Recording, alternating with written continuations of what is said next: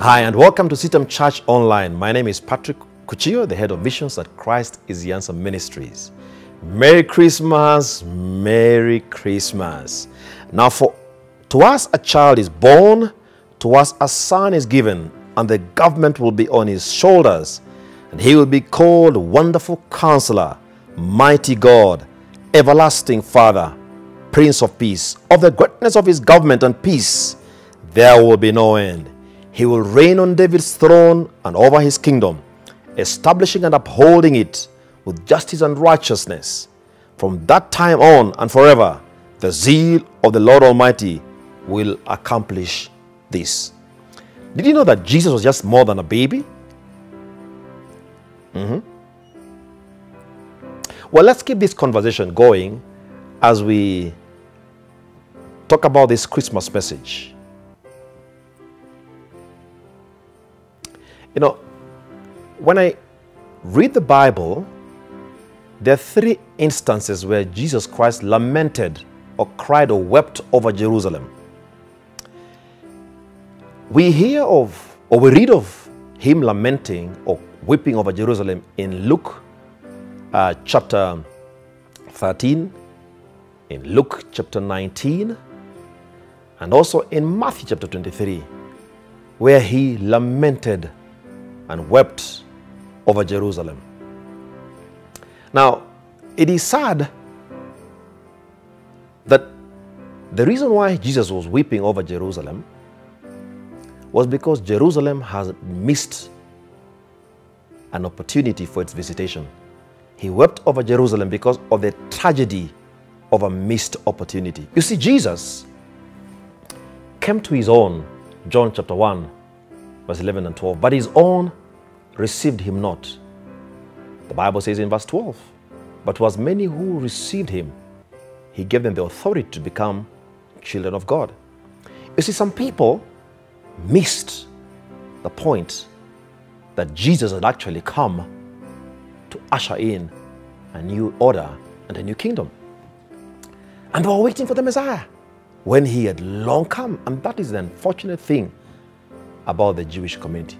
But thank God for the Messianic Jews who have embraced Jesus. So Jesus Christ weeps over Jerusalem. Allow me just to read from Matthew chapter 23, one lament of Jesus over Jerusalem. Jerusalem, Jerusalem, Matthew 23, verse 37. You who kill the prophets and stone those sent to you, how often I have longed to gather your children together, as a hen gathers her chicks under her wings, and you were not willing. Look, your house is left to you desolate. For I tell you, you will not see me again until you say, blessed is he who comes in the name of the Lord. Jerusalem had missed an opportunity. The tragedy of a missed opportunity. I came to remind you this Christmas that Jesus is more than a baby. He is more than a baby. The prophet Isaiah put it well for us. You see, he says, for to us a child is born. Notice that it's a child is born, but a son is given. The child is born, a son is given. A son is not born and a child given. A child is born, a son is given. You know, Jesus existed before he was born. He was the very beginning. He was at the very beginning. For nothing was created without him. The Bible tells us in the book of John. The Bible tells me in the book of John chapter 1. In the beginning was the Word, and the Word was with God, and the Word was God. He was with God in the beginning. Through him all things were made. Without him nothing was made that has been made. In him was life, and that life was the light of all mankind. He was in existence before he was born. That's why Isaiah says, for to us a child is born and a son is given. He was more than a baby. But some people miss the opportunity and they suffer the tragedy of a missed opportunity. This Christmas, my prayer is that you will not be like the Jews of Jesus' time who missed an opportunity. They celebrated him during the triumphant entry in Luke chapter 19.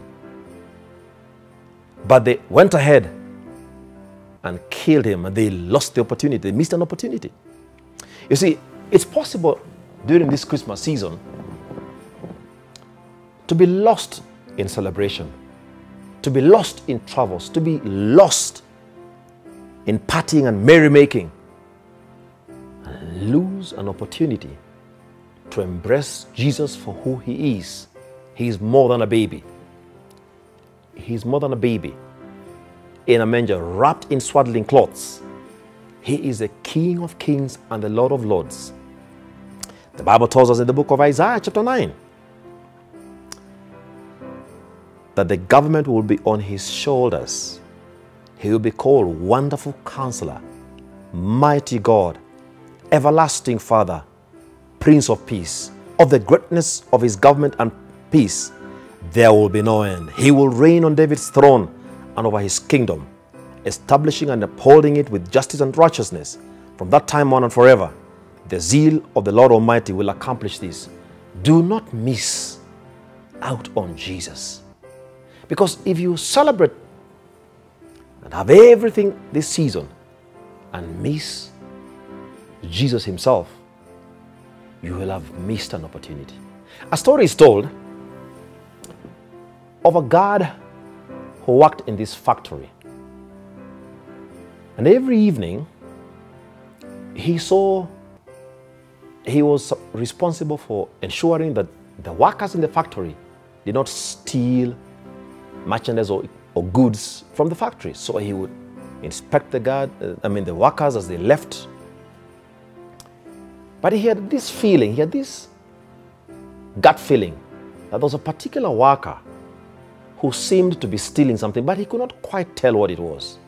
For every evening, this particular worker, dressed in his overall, would be pushing a wheelbarrow of trash out of the factory. So he would be checked, they would not find him with any goods, and so the guard at the gate would release him. So every evening he'd be pushing out a wheelbarrow with trash. So this guard would take some time and even go through the trash just to see, what is this man hiding? But he would find nothing. It was just trash and a wheelbarrow, trash and a wheelbarrow. Monday, trash and a wheelbarrow. Tuesday, trash and a wheelbarrow. He would check this man and he wouldn't find anything except from the trash and the wheelbarrow. And he wondered, what is this man stealing? Until one day he realized that this man actually had been stealing wheelbarrows. Oops, he had missed the point. He was looking in the wrong direction. Similarly, I see some people missing out on Jesus when they fail to make Jesus Christ the reason for the season. You see, one of the things that Christ comes to usher in the season of Christmas is peace. Peace. The Bible does tell me of the greatness of his government and peace, there will be no end. Jesus came to usher in a kingdom of peace. Peace. Now you see, man, because of our sinful nature, we have lived at enmity with God.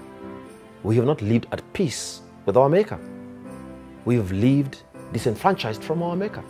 But Jesus Christ comes to restore us into a relationship of peace with our Maker. That's the essence of Christmas. If you miss out on this Christmas message, you'll have missed out on a great opportunity.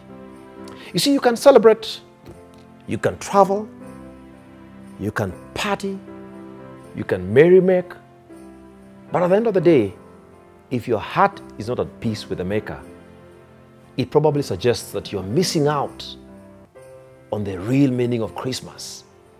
Because Christmas is about peace, enjoying peace with your Maker. Jesus is more than just a baby. He is the Prince of Peace. The Prince of Peace. Are you at peace with your Maker?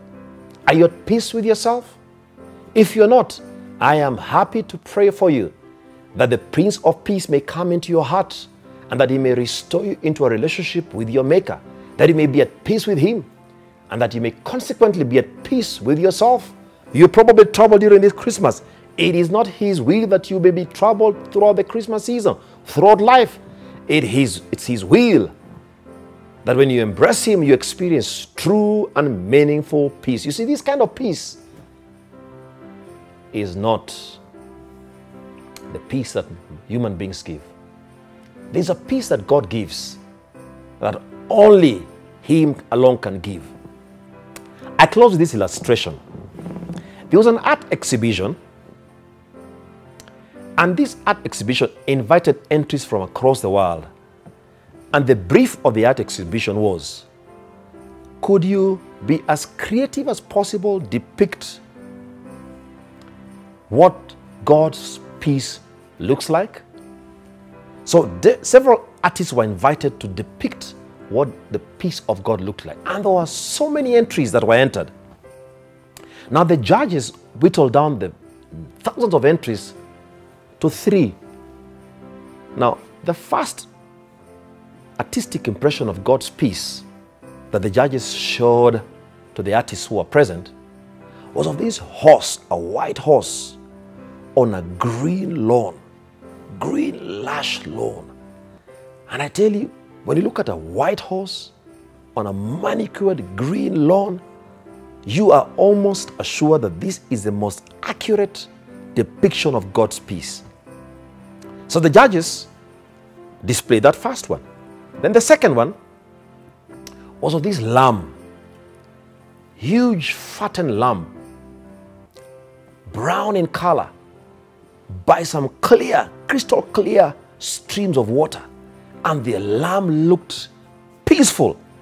And you and I can almost say that that's the most accurate depiction of God's peace. So the judges displayed this second artistic expression of God's peace. And I can imagine some people saying, wow, what creativity. Then the third and final